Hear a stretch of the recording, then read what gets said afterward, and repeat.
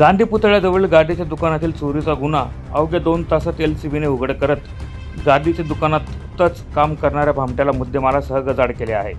अवघ्या 2 तासात गुन्हा उघड केल्याने एलसीबीचं कौतुक होत आहे। राकेश रामलाल सावले, वय 34 वर्ष, मूळ राहणार गरणगाव, भगवानपुरा, जिल्हा खंडवा, मध्य प्रदेश, हल्ली मुक्काम वंजार गल्ली, जुने धुळे असे अटक करण्यात आलेले आरोपीचे नाव असून त्याने दुकानातून चोरी केलेले 2 लाख रुपये एलसीबीच्या पथकाने हस्तगत केले आहे।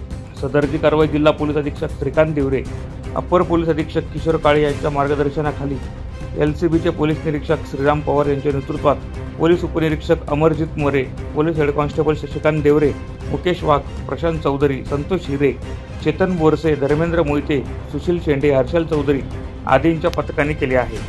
रविवार दिनांक 27 रात्री बिस्मिल्ला गादी भांडार धुळे येथे 2 लाख रुपये कॅश व इतर सामानाचा चोरी केल्याबाबत आझादनगर पोलीस स्टेशन येथे गुन्हा दाखल झालेला होता।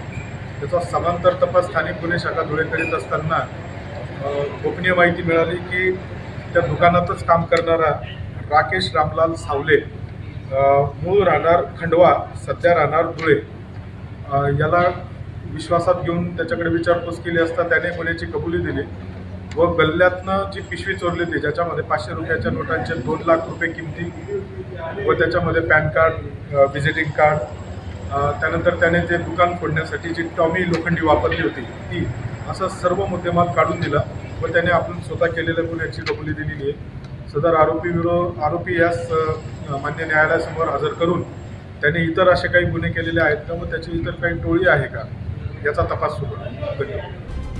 प्रतिनिधी सुनील निकम, माझा महाराष्ट्र न्यूज, धुळे।